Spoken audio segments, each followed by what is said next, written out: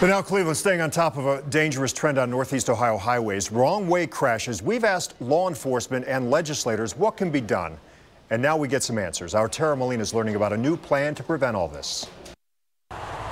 We know from years of reporting on these that the images are typically tough to stomach, almost always fatal. And while these crashes are rare in the bigger picture, the state is now prioritizing them through this task force. And I learned you can help. 27 wrong way crashes last year. There's a car coming at me. 17 of them deadly, and many involving a driver under the influence. We seen lights, and right away we knew what it was. I said, that's a wrong way driver. With more than 280,000 total crashes last year, wrong ways are considered rare, less than 2% of deadly crashes. But they're also considered incredibly dangerous. See, when two people hit head on, I mean, what is the outcome?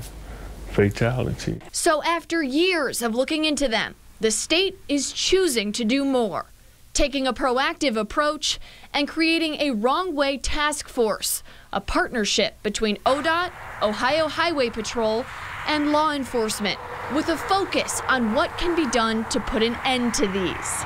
The challenge is we've got more than 5,200 ramps across the state of Ohio, and we really are searching for that needle in a haystack. We aren't seeing repeat entries from a single point ramps. But they've already identified one problem: the need for data on these wrong ways when they don't result in crashes. We have to rely on someone notifying us in some fashion.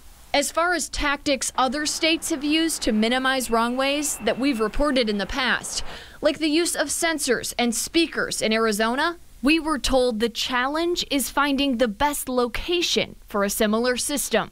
Or the idea of spike strips, presented by our local first responders.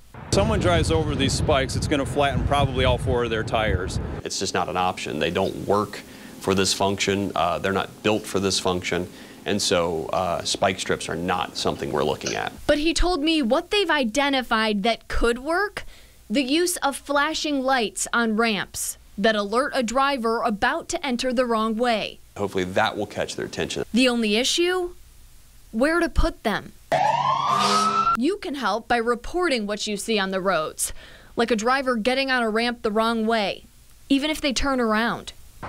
So right now, the Wrong Way Task Force is working to get more data on these wrong ways so they can identify which ramps they can make changes on to put an end to them.